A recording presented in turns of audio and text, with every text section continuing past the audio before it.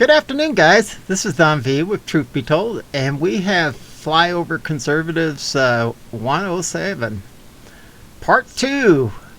So we look forward to hearing all the good things he's got to say. And without ado, let's go ahead and move right to it. Different state and on the move, like always, but our buddy, Juan O Savin. Yay! Welcome, Juan.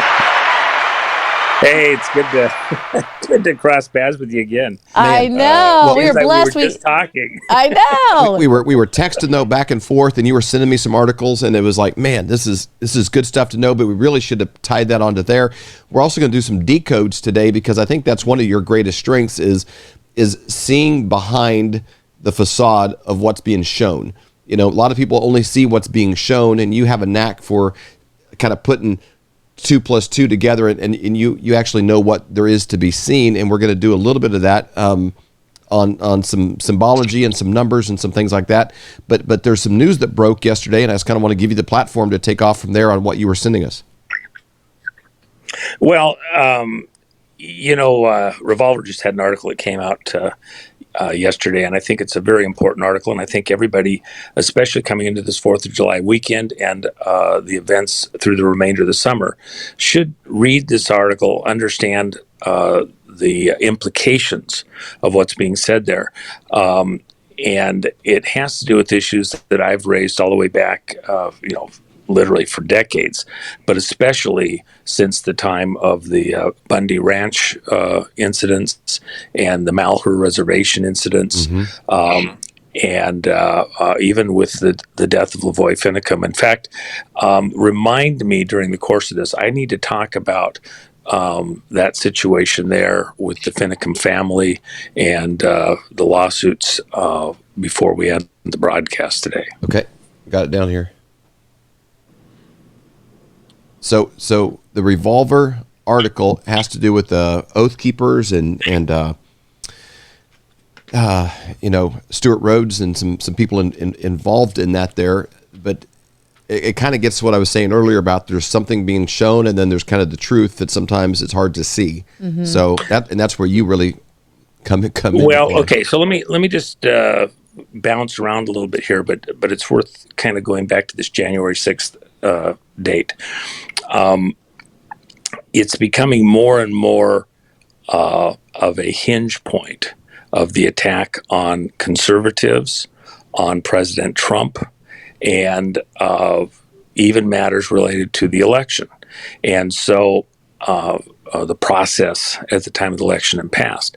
The core part of this whole thing being there was this meeting that I mentioned in our last interview on December 28th, where a staffer inside the White House was able to get a meeting for a number of people who had been supporting the president, who were there on the election fraud and on the Russia fraud. Let's just say that for what it is at this point in time, and it was not understood necessarily to be that all the way along. But this dossier thing was a bullshit fabrication against President Trump, designed to keep him from first getting into office back in 2016, but then after that to take him out of office, and subsequently the investigations, which took years, fleshed out that it was people who were purchased in to this situation with Democratic National Committee money, with Hillary Clinton campaign finance money, to create this false document and this false narrative of Russian collusion, Russian interference. There's a lot of plotting and scamming that goes on of, nation versus nation, state versus state, political party versus political party. It's the same thing in business. It's just the nature of the world. People competing for position and using every tool that they have to try and own it. And so in this series of contests, it's almost like a James Bond, Bonzonian plot or plots to control business, politics, the world, militaries, whatever. And we, the American people, And people throughout the nations of the world are caught up in these plots for control and for money and for who gets to be slaves and who gets to control those slaves. Correct. It's really that simple. And so part of the thing that's going on here is in that kind of a scenario, you have spy versus spy type of stuff that goes on all the time. And we've been seeing literally these spy plots, one against the other, using informants, using control tactics. So, for example, up at the Malheur Reservation, over half, you have to think about the impact of what I'm saying here, over half of the people that were inside doing the protest were on the payroll of, under the control of, even being blackmailed by federal agencies and state agencies. So that while to the world they were part of this protest process, behind the scenes, they were agent provocateurs. They were amping up the situation. They were trying to move things in a particular direction that was not at all in the interests or the designs of the people who were protesting. How do you have an honest protest when half the people there have a hidden secret agenda and reporting to do it? How can Americans have an honest conversation and even an honest, sincere, valid protest on the way that things are happening within their government when, even just a handful of spies, if you will, are there, subverting things from the inside out? It's not just a matter of observing. You can go into a situation as a covert operative to gather intelligence, to make sure things aren't going off the rails, that you're not in some type of danger situation. Mm-hmm. It's another thing to send in people who intentionally or even haphazardly become agent provocateurs. They're the ones providing the amping up. They're the ones that are ginning things up. And they're not there just merely as observers, reporting back, letting us know what's going on, making sure that there's no real danger. I mean, you can go into something not knowing, having been baited in. You need to have intel coming from the inside out. Okay, I get that. And maybe you get in there and you find out, it's just not quite what we were told, isn't what was being sold to us. You get informants all the time that say stuff that's not actually true or is a misperception of how things are actually going. And you get in there, do the investigation, you find out, I remember a particular accounting thing, and what was presented was not at all the case. The people involved were genuine, hadn't done anything wrong. You had a person that was pissed off because they took him out of this particular corporate situation involving a foreign contract. And he was looking for revenge. And so he said all sorts of stuff. And he had done little things in the paperwork that made it look wrong with certain people. But when you actually dug in, found out what was going on, they actually removed him because what he wanted to do was criminal. And they weren't going to have the criminality there. So you have to be aware that things aren't always what they seem, but you needed to check to make sure. And then the agents involved, they're so pissed off, they go back and go after the bad guy. Look at what happened with Pat Byrne. Pat Byrne has this gal who's over here, is a Russian citizen trying to go through the gun stuff and report back and has a particular thing. And they're trying to set him up to gather this intel from the supposed foreign spy, and it wasn't what was portrayed to be. And Pat did this amazing job of actually manipulating the situation in such a way that they couldn't turn it into him being a bad guy. He exposed the true bad guys. for who they were. And it wasn't even the agents that were directly managing him. It was the people further up the ladder in the administration and within the reporting structure all the way to the top, whoever that might have been. It was pretty obvious. And I'd let his book and data tell the whole story. I don't need to tell his story. For the listeners, he's talking about Patrick Byrne, the founder of Overstock.com. Right. And as it turns out, here he was being manipulated into a situation that was put this gal in a very tenuous situation, reporting like Pat did some pretty masterful stuff in protecting her reputation and in creating a scenario that he could talk about later. Almost impossible for most people to do. I think there's some divine assistance, intelligence in that, even going to our whole nation and the relationship between us and Russia. There was an attempt there to use his particular situation and this gal and him in a way that could manipulate world events and relationships. And even the dog agrees with me. This is insane. Yes. Yeah. Nation state and dog bowl versus dog bowl situations.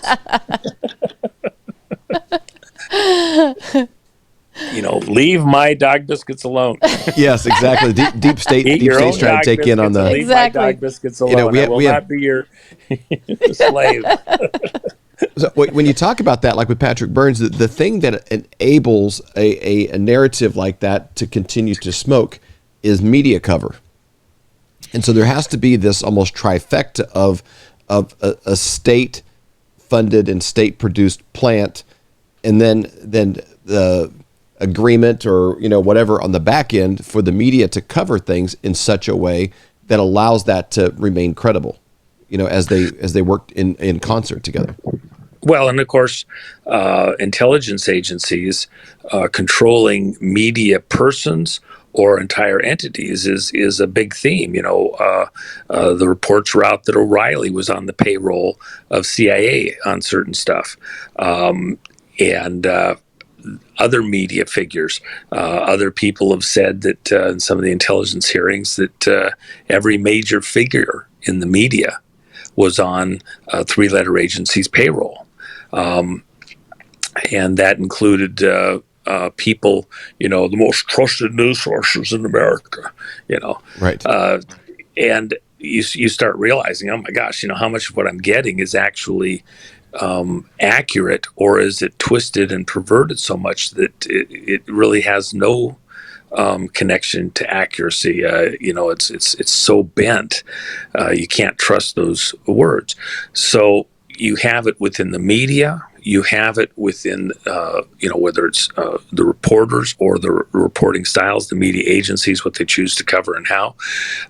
And then when Americans decide that they're going to show up, or people anywhere in the world show up and they want to, have a public discussion. Of course, now we have the cancel culture where you can't talk about certain things and have an honest conversation. You can't have a disagreement. Look, not everything that's being said related to, how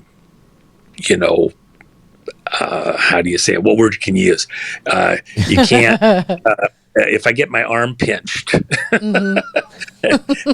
whatever the word is, because if I use any trigger word, suddenly we can't have a conversation. It's true. Well, excuse me. I had this conversation the other day with somebody. If you don't have a First Amendment right, you don't get to the conversation about the Second Amendment. And so they were all, no, it's Second Amendment, Second Amendment. I'm like, no, you're missing the point. The First Amendment, these guys were not, just throwing darts at the board when they picked the sequence of the most important things. Being able to have an honest conversation helps you to come to conclusions about, which parts of the conversation have to be first and how to protect it and things like that. And so the First Amendment, which has to do with free speech, was the most critical thing. And it was backed up by the Second Amendment. It didn't lead with the Second Amendment for a reason. So I think we have to, think about that. But then, even having this first conversation, if you have agent provocateurs internally who are amping up or twisting the conversation, now that's very un-American, because you'll have infiltrators that want a particular political persuasion, want particular business things to come out. And, one of the things, for example, when you're doing criminal operations, a lot of times the best sources is one criminal band's opponent. So they'll give you the data on the other guy. Yeah. So, they're trying to use you to do their dirty work. Sure. And that happens again in the political and other realms. So, In the politics, there's constantly they're quoting an unnamed source. Well, it could be a plant within that other campaign, and then once one newspaper or somebody quotes it, then other people just quote that one, and it kind of becomes this circular process of untruths. Yeah. Well, and so again, we come back to this Revolver article, and I think it's a very important article. I'm glad that it was done again at this point in time. We've talked about this type of thing numerous times over the last several years, and even during I go back to Bundy Ranch and Malheur, even as those were going on, I was warning people behind the scenes and telling them that they needed to be aware of their surroundings and the other people. There were a number of people on the inside that were on somebody's payroll, and that that were trying to gin things up, and even the sequence in which Malheur started, the doors left unlocked and the keys there, and then being told, hey, by the way, nobody's there. Hey, did you know nobody's there? Did you know everything's unlocked? It's wide open, by the way. Right. If you're not really aware that you're being set up, you can walk right into something, and next thing you know, you'll have all sorts of a problem. And by the way, one of the great interviews that was done, in the circumstances leading up to the Malheur Reservation, I hope you'd redo it again. John B. Wells did an interview with Chief Briles out there in Bend, Oregon. And Chief Briles, who was the fire chief there, did this just amazing interview. I'd talked with him a number of times. He did a beautiful interview. The one that John B. Wells set up there, 5 years ago or whatever, I think was probably the best interview that laid the groundwork for what was going on there and why. And I wish he'd repost that. Somebody gets a message over to him. I'd probably send him a message. But at the end of the day, you look at that situation, then over half the people are on somebody's payroll. What's that about? So then we come back to this current situation on January 6th. There was all sorts of intelligence behind the scenes to federal agencies that something was being set up for January 6th, that there was this plot that was brewing to do some type of a big, takeover of Congress or whatever. Problem is, a lot of the people involved, after the events occurred, the key instigators have never been charged. You got people who just showed up and smiled and walked through the door, looked around and walked out the door, and they get thrown in prison.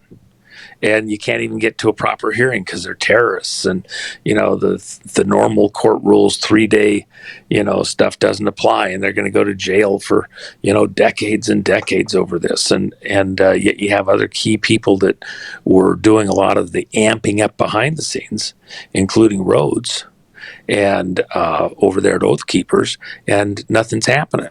And some of the stuff that, in the communications that are there that the article talks about, you have to go, what in the world is going on here? Well, it's actually pretty simple. The same thing that's been going on for decades. One of the things that I've discussed with people over and over and over again, we saw that there was an intent to amp up these whole militia groups and to get them off in a zone that was a very dangerous ground back in the 80s and 90s, and especially through the mid 90s.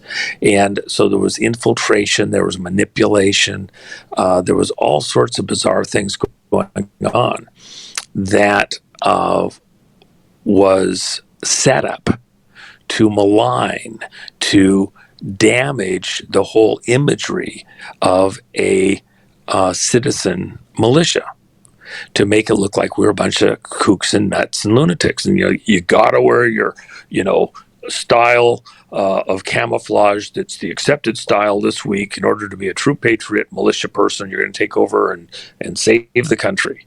And everybody wants to be the savior of the hour, savior of the day. There's a superhero aspect to that, and I fully get it. That's like in the DNA of Americans. Yeah. it's this maverick thing. That's patriots. You just have to take some deep breaths and not allow the imagery to become more than the substance. And there's some people where they're they wear a cape well, and it's fantastic.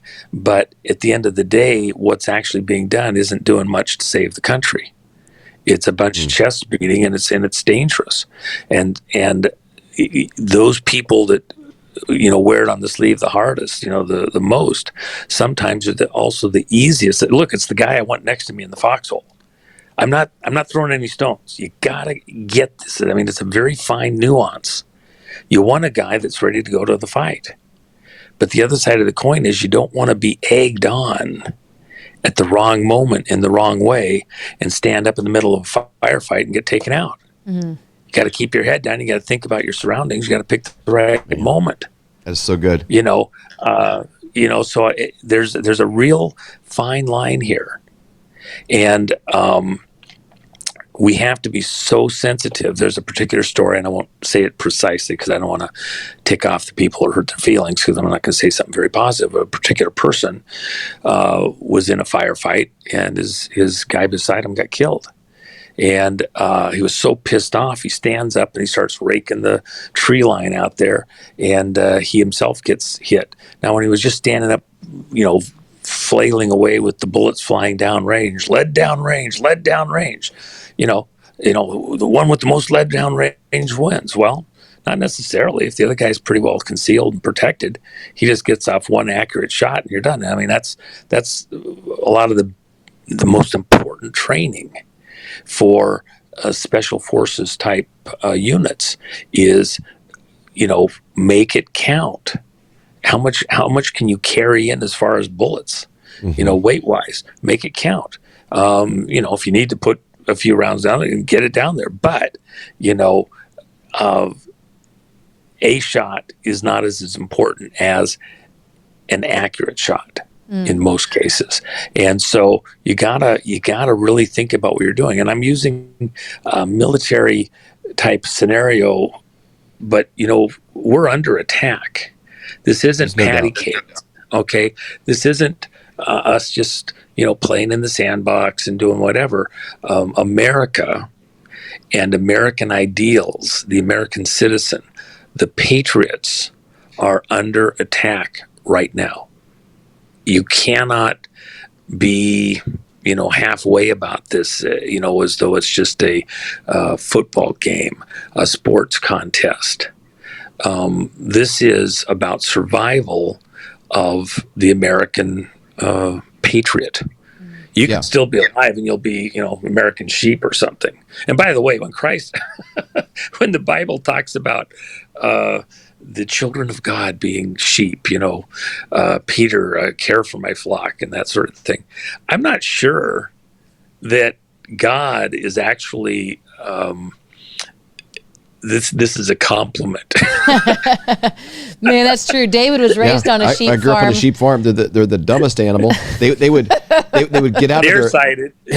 They would escape from their pens, and they'd get into an alfalfa field when it was raining, and they would eat this wet alfalfa, and then they would lay on their sides and die from bloat. Their stomachs would just rip open because they just kept eating because they couldn't control themselves. Yeah. And if sheep were in a line, you could have 1,000 of them walk off a cliff one after the other. They just keep following the one in front of it. They wouldn't think twice about it. Yeah, I don't think it's a compliment what Jesus was saying to us. Yeah, I mean, at a certain level, I mean, honestly, maybe that's partially what makes Americans different is that they don't want to be sheep, slaves no more. Grow up. Even us being able to have an advanced conversation, an adult conversation on this stuff. Look, all I'm saying is that there's a lot of the people that want to be the leaders.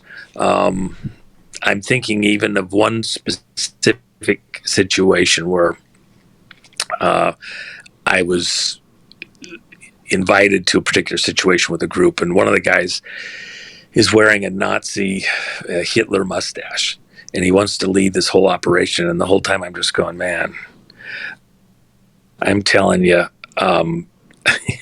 you do not understand the country you're in. Right. Yeah. I mean, as though this is, you're going to be covert, but you're going to have the best Hitler mustache of them all. Seriously. And it was actually, if it wasn't that it was such a serious situation, I wanted to laugh the whole time. But I mean, in this particular situation, he's taking himself so seriously, and the people around him are, and I'm just like, oh my gosh. I mean, you're so in the bubble that you cannot even see the rest of reality around you and how you're perceived. Seriously. It was comical if it wasn't so serious. I come back to our Patriot movement. There's attempts to get us to fall into imagery. In the 90s, it was all the camo. You got to show up at the city council meeting in your camo. You got to, show up on the TV screens in your camo and look a certain way. And then you're a serious patriot. And you're not going to put up with it any fucking more. Give me a fucking break. Get your head screwed on straight. What are you thinking? That's not, just doing that doesn't make you a better patriot than the guy next to you, who may be a little bit more,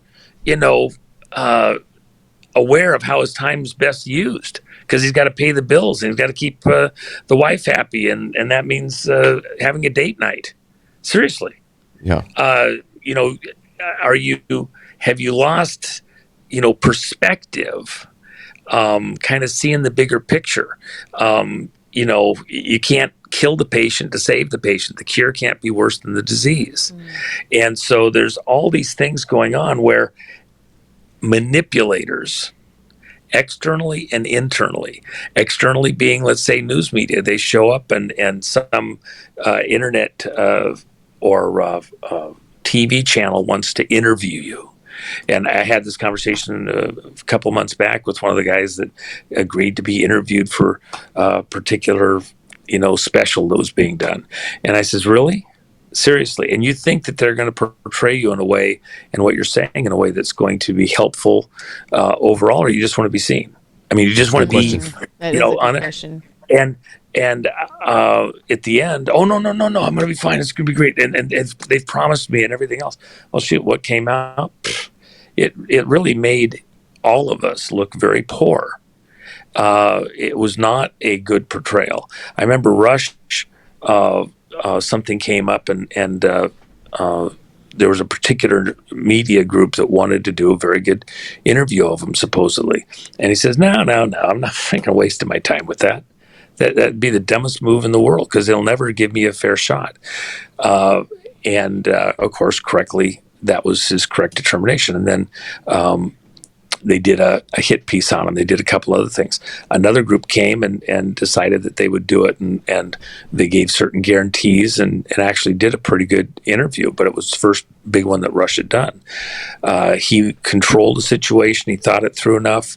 He was careful enough in making sure that he had got the right kind of proper respect in what they did. Didn't mean they gave him one that was exactly just him saying what he wanted to do, only his way. He didn't care that they had a counter viewpoint. He just wasn't going to let them make it all the counter viewpoint and negative. It became a conversation, and he talked about it on his show quite a bit in the before and after.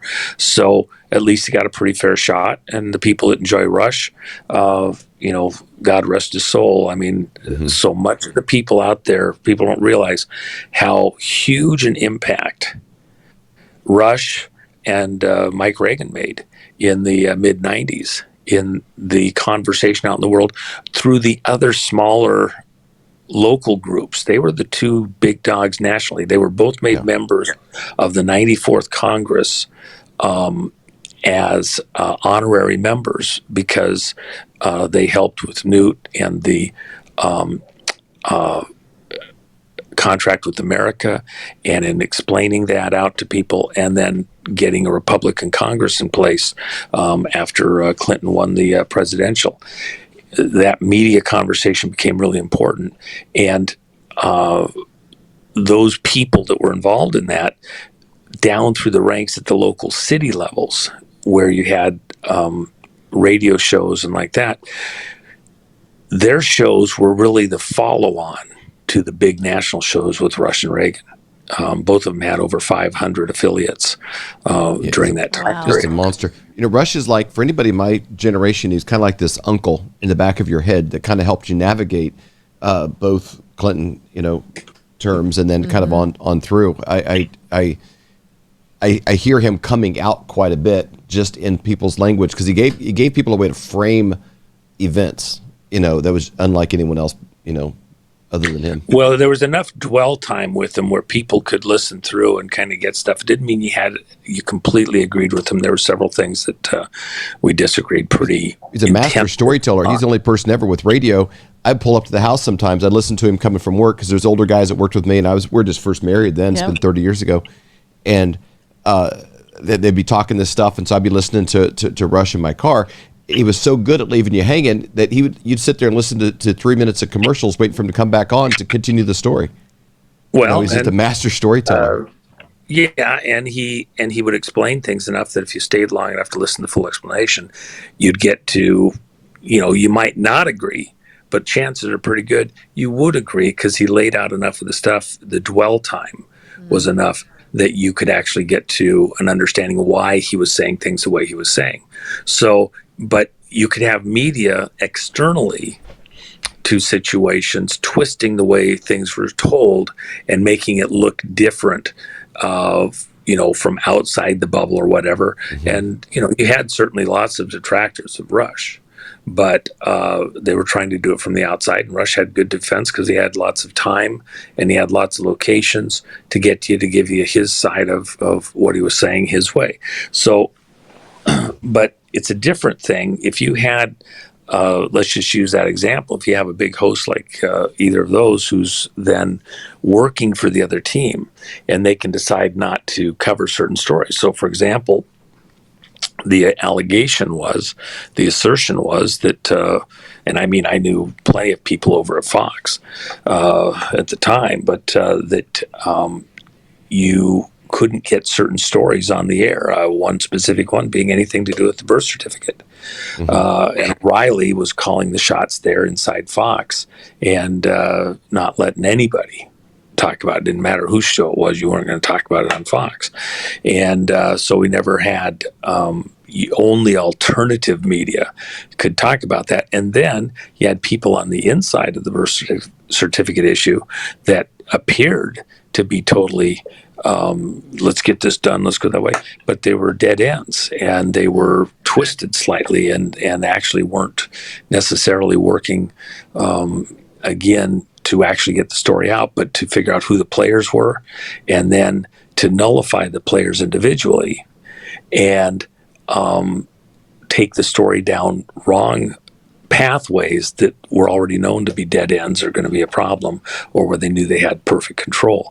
And so it wasn't an honest conversation. Once again, you had internal agent provocateurs that were perceived as being, on the issue, but they weren't. So I come back to the roads thing. Right. A number of things that happened over the last many years. Here you have oath keepers, people with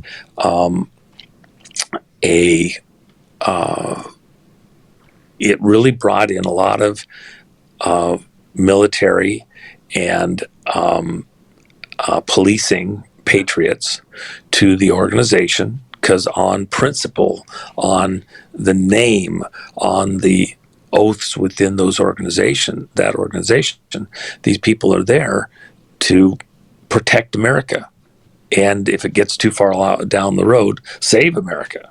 And yet now you're wondering just exactly who some of that leadership are. A number of the leaders there in the organization, realizing something was wrong, stepped away because they said, this is somehow certain things aren't adding up here. And I won't take the thunder out of the article, but the question is,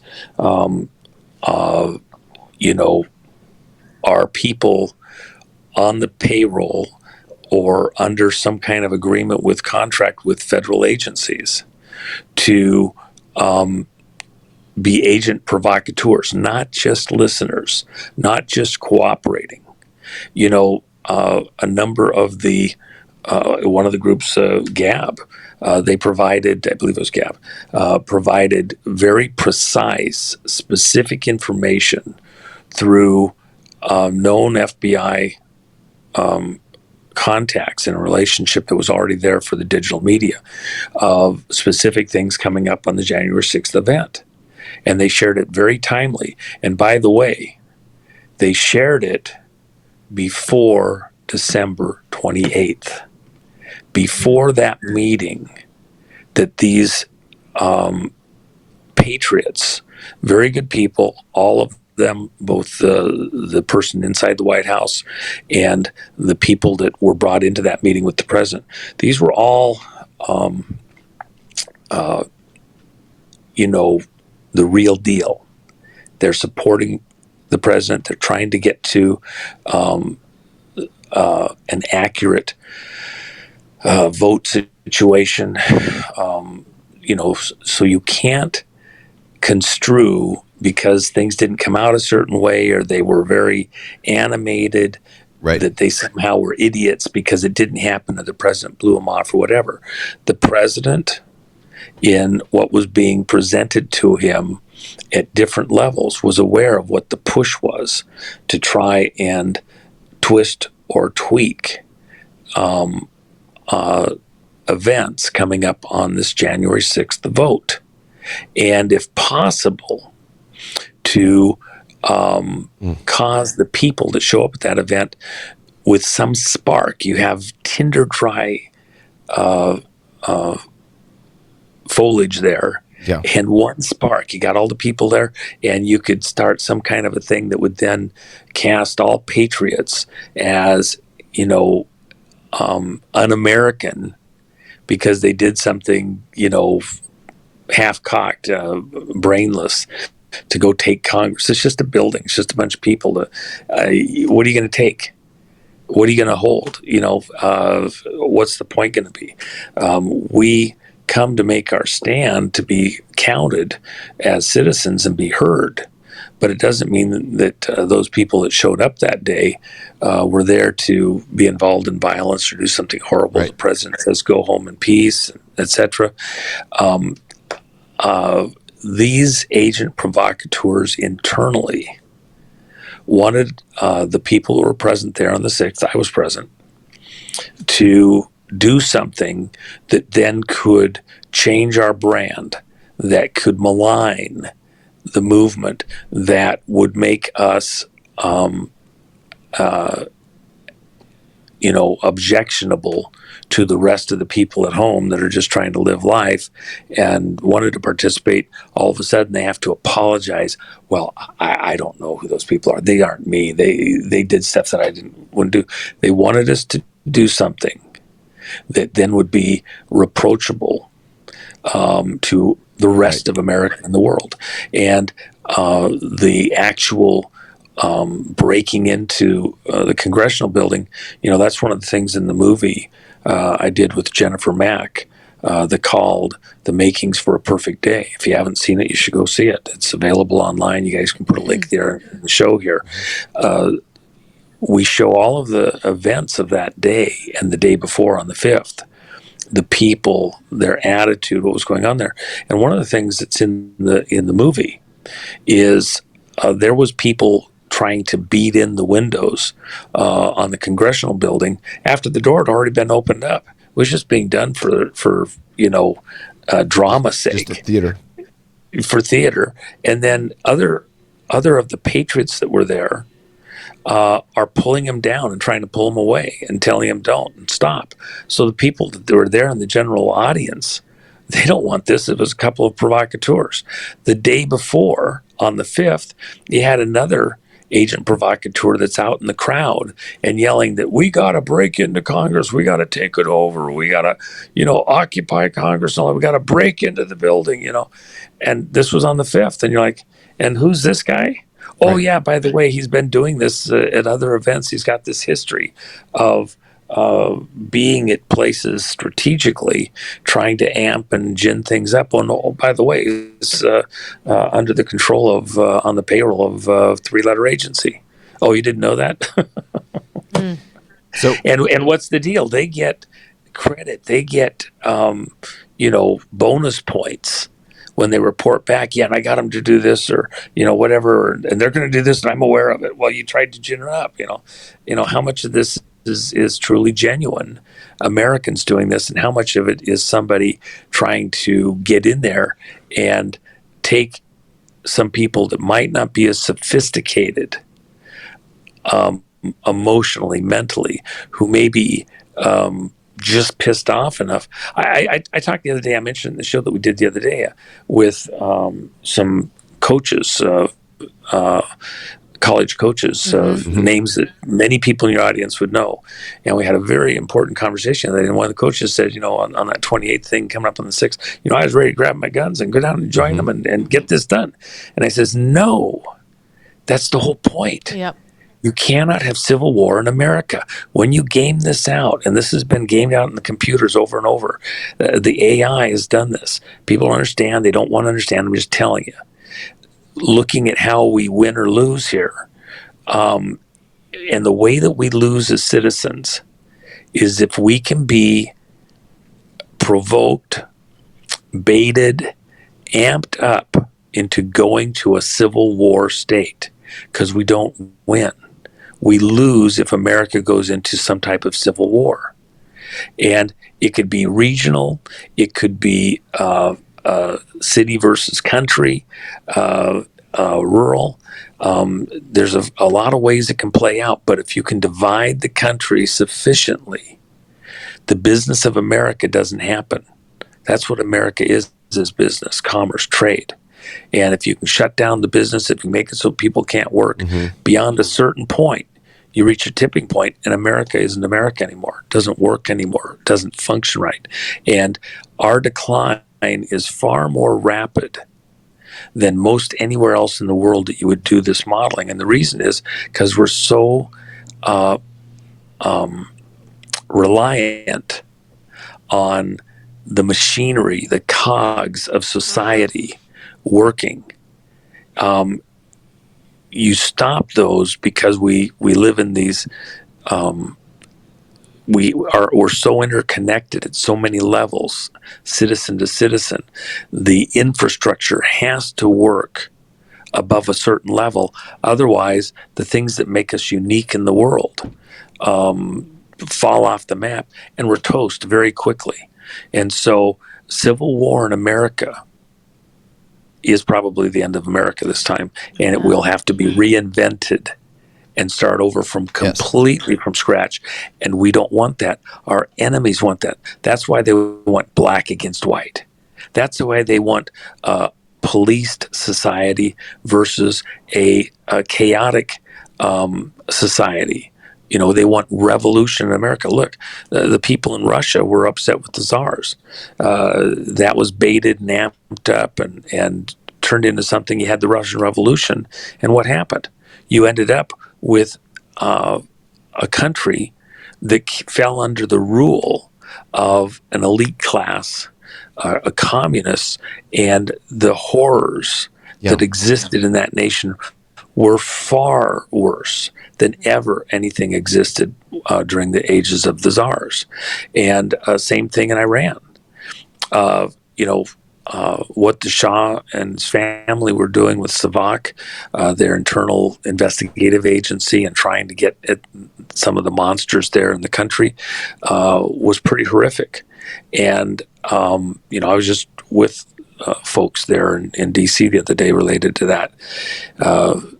And, you know, at the other side of the coin, though, what came with that revolution, they were baited into this internal revolution, and the end was far, far, far worse than anything that ever occurred under the Shah and his family. You know, Iran at the time, I think, was the fifth most powerful country in the world militarily, one of the biggest economies in the world. Hard to imagine. And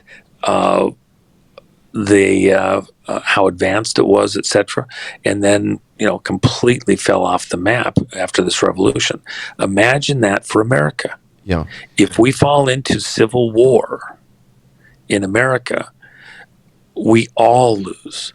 And so then you come up on this January 6th event on the 28th of December, when these folks were there in the White House meeting with the president. They were very discouraged when they thought they had an understanding with the president. He was going to sign the Insurrection Act. He was going to do certain things. And all of a sudden, for example, Powell, who'd been helping on issues related to the Russian dossier and the attempts to damage President Trump on the dossier stuff, suddenly she's not let back in the White House. Nobody's answering the phones. Nobody's returning the calls. They don't get it. The president took way more time than was originally allotted for this meeting, and listened to everything, listened to it 2 and 3 and 4 and 5 times, heard all the different ways, all the different advice, and then didn't follow any of these paths that these advisors had. Well, why was that so critical? It's not because he was dithering. It's not because he didn't understand the magnitude of the moment and how much was at risk. It's because he also understood that there was a setup happening behind the scenes. And the intent was to have him do certain things and then have his followers amp it up a little further, amp it up a little further. And by January 6th, you got people showing up for an armed insurrection and takeover of Congress, and then occupying Congress, and some great national spectacle to the world if these people had had their way, and armed people coming and owning the streets in D.C., etc. And now the whole country falls into some kind of a civil war. And it might be gentle, it might only fizzle out after a day or two, but now that gives other people in other parts of the country some kind of, well, we can do it better. And they didn't succeed there, but we'll succeed here. Next thing you know, you have pockets here and there of all sorts of mischief going on across the country. It's a no win for anybody. Over time, and by the time you got to these warmer months, you would have had the country falling into some type of civil chaos. And over time, by attrition, it's an event here, it's an event there, and next thing you know, it drags out for the next decade in the midst of our health crisis, in the midst of economic crisis to come, in the midst of an invasion of our country at the borders, in addition to stresses on our military at places all over the country, all over the world. And I think you have to think of this in a bigger strategic thing. We're not under attack in just one way from just one location. The groups that are attacking us from around the world, they are singular in that it is a satanic, demonic, evil, if you just want to be that generic, plot to take down America, because we are standing in the way of the globalists. Yep. And they need us in our own internal chaos sufficiently that they can complete their plans, their task to rule and reign over the whole world. And, own this 1,000 years of whatever. And by the way, on the way, and I discuss it even in the books, is they want a population on the planet of about 500 million. Think about this. That means that 13 out of 14 people, just pick them out any crowd you're in any particular day, 13 out of every 14 people must die. Whoa. That's what they've projected that out for a couple of decades, several decades. They believe they only need 500 million with the technology the world has and all the stresses on the planet that we're hurting the world. That's what this whole green thing is about. That's what this 2030 initiative is about out in the future. Managing, controlling 2050. We only want 500 million people. Okay, who's 500 million going to choose? There's 13, 14 people there, and you're going to have to get rid of 13. Is it you? Is it your kids? Is it your neighbor? Is it your wife's family? Your husband's family? Is it the son-in-law? Which ones are the ones you got to pick? Because we need to throw them out of the lifeboat. The world can't support them anymore. And it's a very satanic agenda, Yes. because the reality is the earth can support way, way, way, way more than we have on it right now. And that's also a zero-sum game.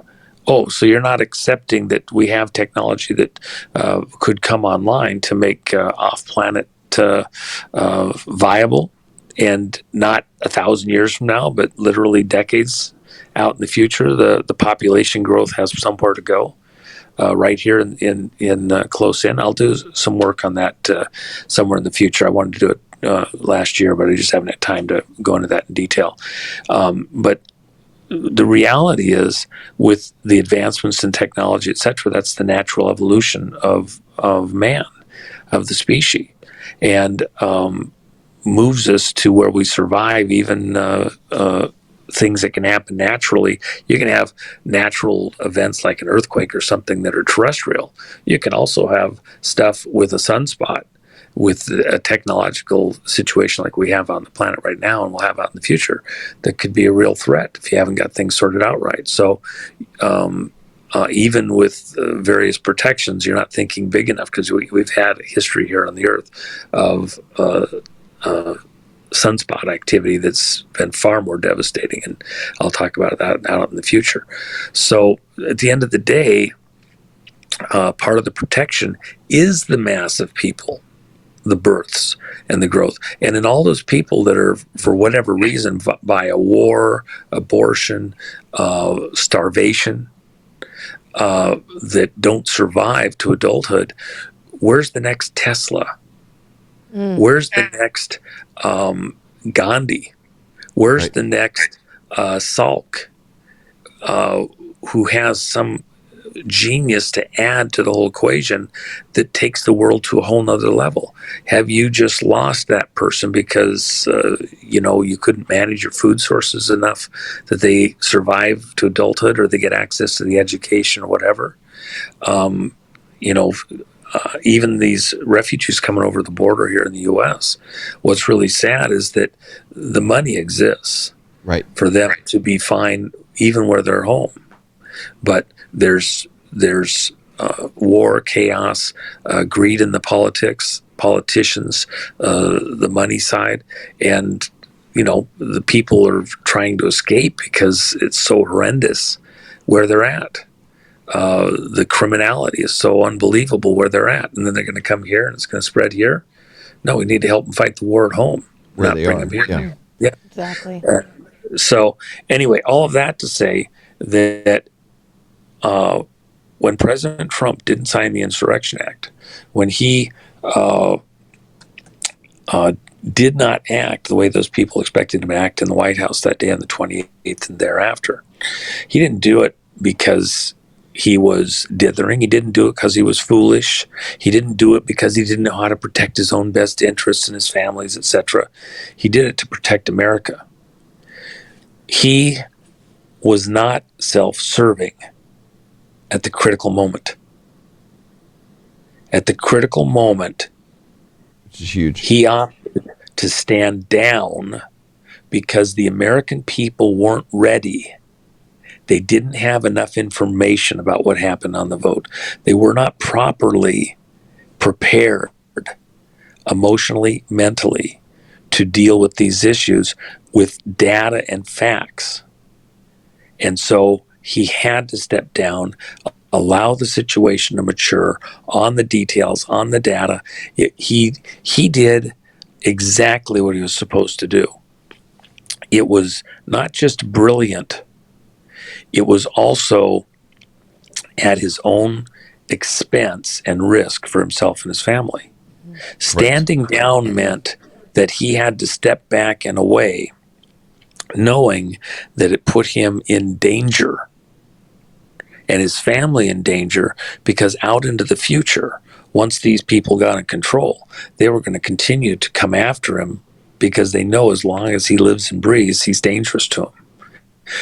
As not just himself personally, but the people like you and me who are backing and supporting him and understand what he stands for. He's a figurehead for so many things. And if they could have baited him into acting in his own best interests or in the interests of this patriot movement at the wrong time, timing is everything. They could have baited us into civil war. He would carry the guilt and the shame of that in his imagery forever. That's the only way we'd remember him. You wouldn't remember any of the things that he did, only that he was the one that led America into civil war. And you know that's true, because even with the Stewart Rhodes and these things happening, that's still the angle. You know, you probably saw yesterday with him down at the border wall. You know, that was brought up by CNN, the clown from CNN that was always the Jim Acosta. Yeah. Jim Acosta said, "Hey, are you going to apologize for January the 6th?" And everybody just booed him because it's played out over time, and people have begun to see it for what it is. That it was not a reflection of the desires of the crowd. Most people walked away with the feeling inside that's similar to maybe they lost a loved one, almost. You know, that kind of pain with what happened that day. That like frustration over, nobody wanted that. And then, you know, for him to be bringing that up today, President Trump, are you gonna apologize for January the 6th? It's like you are a clown, Jim Acosta, you know, for even continuing to bring that up and just trying to create clicks, because that was not the will of the people in that crowd. It's not the will of any segment of the American population right now. And I think that's under President Trump's leadership. And again, when people read this article, which is a very important article, I hope everybody reads it this weekend. It's well thought out, well put together. It comes at the appropriate time. We're at this patriotic moment in America, July 4th weekend. And we have so many issues at stake that we have to cover, but we have to do it the right way. And if we fall easily into the baiting traps to get thrown off track, amped up in the wrong way, look, we're going to get our country back. We got this. In fact, the very fact that President Trump didn't ready, fire, aim, he had to allow the American people to get to the right moment in time to understand the issues collectively. As I've said several times, I said it in the previous interview, 80+%. And just so you know, why 80 plus? It's not just when you get above 80% consensus on what exactly happened in this last election. You don't have civil war in America. Even people that may be on the other side, you know, didn't want Trump. You know, most of the vote that was against Trump was against Trump. It wasn't for Biden. No. Right. No. Okay. I don't even think Joe Biden voted for Joe Biden. Yeah. Yeah. Uh, Actually, she voted for Jill Biden Yeah, I because was she gonna knew if say. she won, she'd be doing it. Okay. Hey, Juan, real quick, where you're saying Yeah. that article, that you keep referencing the revolver. There's a lot of people that are going to be listening to this on Apple or Pandora or one of these other like podcast platforms. It's going to be in the show notes below on there, or you can go to my Telegram. It'll be posted on there. That's a place for free speech, which you can really say, which is t.me/Flyover Conservatives. So t.me/Flyover Conservatives. I'll have that revolver article there as well for you. Okay. So anyway, to move on, I think that our main thing is that we're not thrown off track because somebody's got an agenda and has people even in very high places in these various movements. We still have to do a bit of policing internally and make sure that they're staying on point. And just like people stepped away from Oath Keepers, I think this may be end up taking that organization out. Do we need organizations like that? Yes. But if they become compromised, if people inside are honeypotted, blackmailed, somehow captured, moved up through the ranks, and they stop operating correctly, I don't care if it's the church with the priests or the politicians or these private organizations, wherever we find it. Paul himself in the Bible said, if I come to you preaching any other gospel, don't believe it. In other words, if he himself could be tweaked, perverted, lost his mind somehow, and suddenly comes telling him a whole different thing, possessed some way, and loses his way, he says, don't believe me, because this is the stuff. And he did this comparative analysis of the history of the faith, of the church, so that he could show he wasn't preaching a different gospel. That there was continuity passed into the present.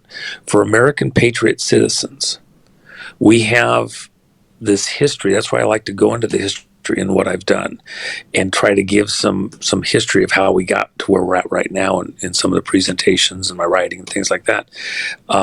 You kind of need that as a reference, an anchor, to understand we're not actually dealing with anything new and different in America today than was dealt with by people 100 or 200 or 300 years ago in trying to come up with the right plan for America. In fact, I think it's right in the first lines of the book. Let me just take a quick peek. I wanted to say this. Let me just read this paragraph.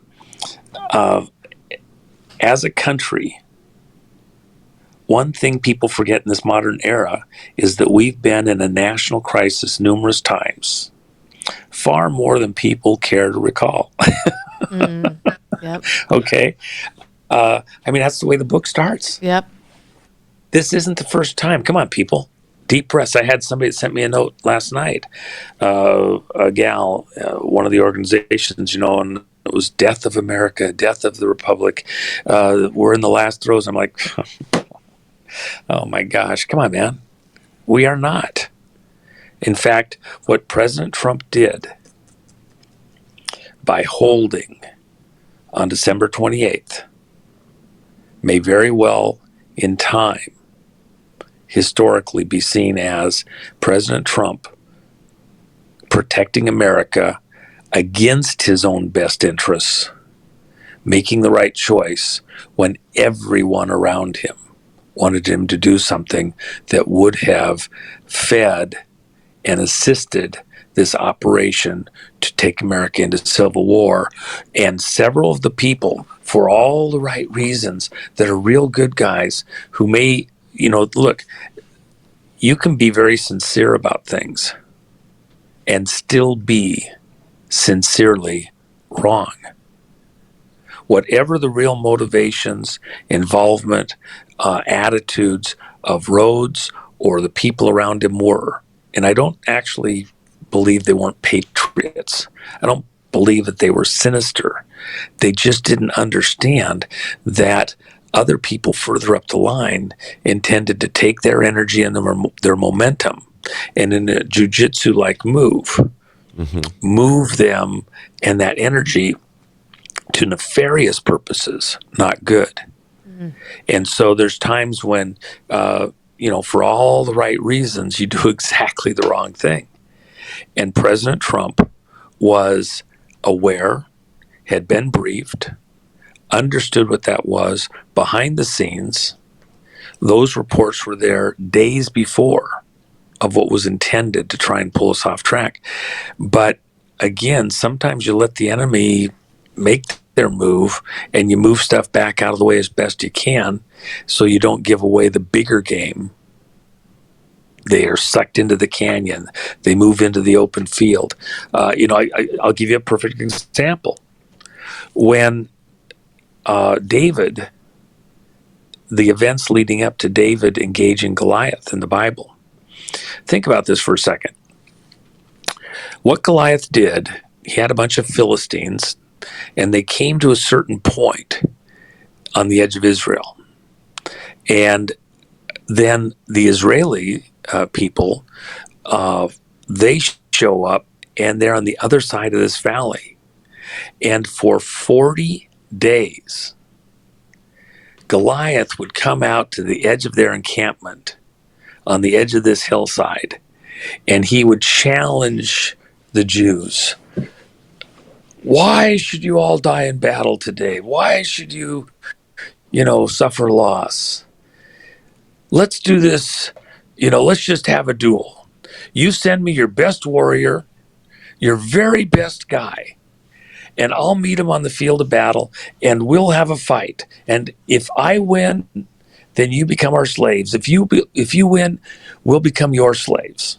Okay? So send me your best. Come on.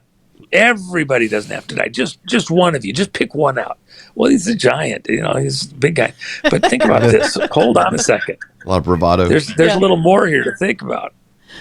Why, if he's a giant, he's got all these Philistines behind him, why didn't they just go engage the Jews directly and get it over with?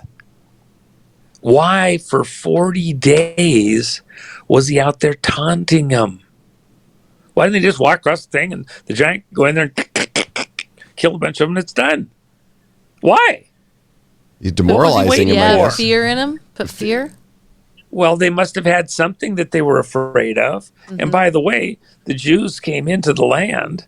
The nation of Israel came into the land, and the land was populated with giants. Right. When they came in, that's why they didn't go in for 40 years. Because the spies that went to land said, hey, it's a great place. It's full of milk and honey. But, oh, by the way, we were but grasshoppers in their sights. They're all giants. Yep. But they defeated them. There was a history there in the region. The giants hadn't survived that. So the question is, why didn't the Philistines just go in and take it? Because there was fear of the people, and probably the way that they held their formations. Why didn't the Israelites just go kill off the Philistines if they could? Because they had fortifications. The dangerous thing was to come out of your fortifications into the open field, because now you actually do have to do a one-on-one of some sort. In fact, a great story that Watchman Nee, one of my very favorite writers, and not to be confused with a cult guy by the name of Watchman Lee, I think it is, with an L. Watchman Nee was a Chinese missionary in China back at the turn of the century. And his books like Sit, Walk, Stand, 12 Baskets Full, a number of books are just some of my very favorite reading ever. I'd encourage anybody that wants a devotional or something like that, go read his stuff. But one of the stories he tells was when Japan came in World War I, not World War II, and was trying to invade certain areas. They'd send a tank into a city and stop anything that was in the city. And so the Chinese locals, they weren't seeing, dozens and dozens of troops. They just have a tank, and this guy would come in and take out a couple of key things, and the people be in fear and run away, and then the troops would come in a little later and occupy the town or whatever. And so they came up with a strategy for engaging the tanks. And the strategy was a sniper would just shoot a single bullet at the turret of the tank. And, it's not doing anything. But if you're inside the tank and you get hit by a bullet, it's like dripping water. And so they keep shooting the tank, and the guy, you're inside the tank, you got a little peephole, you're looking around, where's that guy? I want to take him out. You got a big gun, you're going to shoot off the gun, you're going to take the guy out, and, you're just going to point, all you got to do is hit in the general direction and take him out. But you're inside the tank, you can't figure out where the guy is because he's hiding.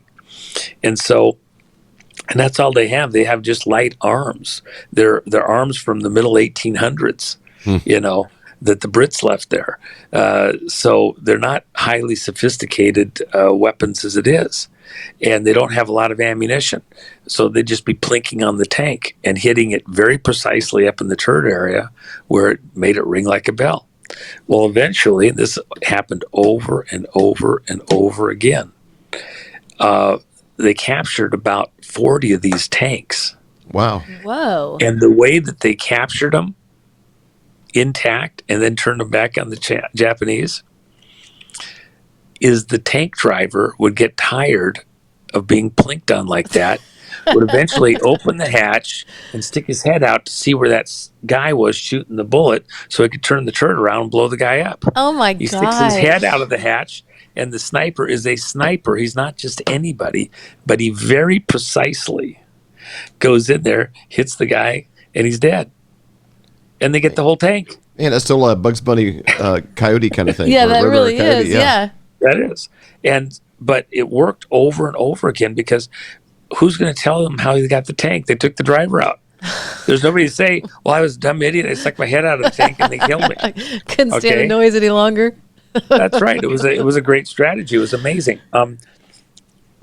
In so many ways, we as a people have the advantage as a people.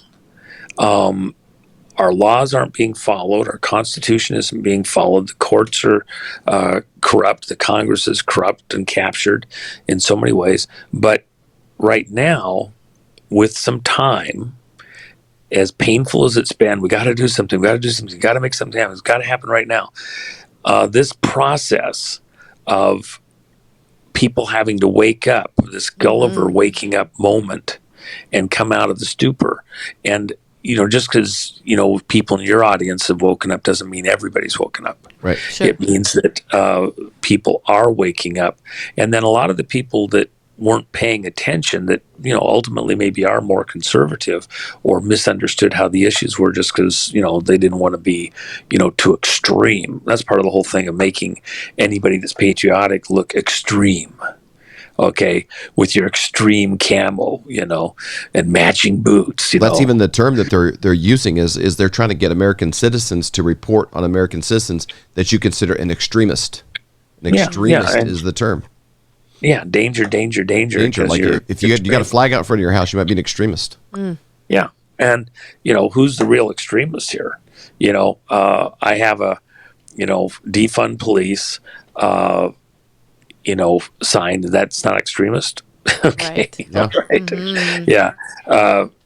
And so at the end of the day, we have to be aware that there are active, ongoing agent provocateurs in a lot of these organizations, in a lot of places. But just like people walked away out of the management of Oath Keepers, that were good people, and they says, "Oh, I can't be part of this. Something's wrong." And now you're seeing stuff in like this article, and there was all these people that showed up, and things didn't make sense. How things happened on January 6th just didn't make sense. Not with the crowd, etc. For all that were being portrayed as a certain thing, the reality is they didn't pull off what they wanted to pull off. They hoped to have a semi-permanent occupation of Congress with patriots surrounding the building and stopping the work of government in America. As it was, the thing fizzled out in a couple hours, and everybody was back out of the building, and things went on. They didn't get their occupation like they had at Malheur. They didn't get this saga, this drama for months and months on end, and then the normal handoff of power in America on January 20th happening with a new president being sworn. They didn't get that. That's what they wanted. With America in chaos leading into the later months in spring and summer, and an American revolution to match the Russian Revolution, where the bad guys take the sincere actions, the sincere cooperation and assistance of American patriots, and twist it and pervert it. And next thing you know, they're dismantling their own infrastructure, and other people come in and then build out of the chaos what they want.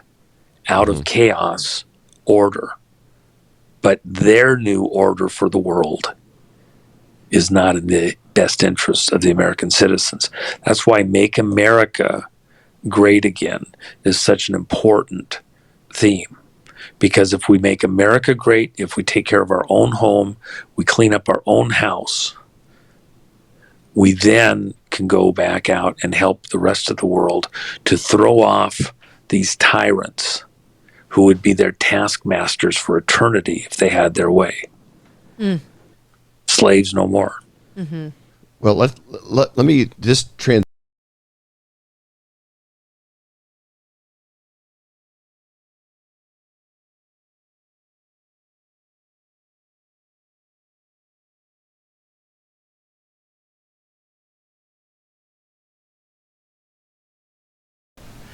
All right, guys. There's a lot of really good information there. I got to say, alleged information. Have to say it. The censors want me to say it. So, at any rate, hope you enjoyed hearing Juan again. This is Don V with Truth Be Told, broadcasting out of beautiful Arizona under cloudy skies, about 88 degrees outside.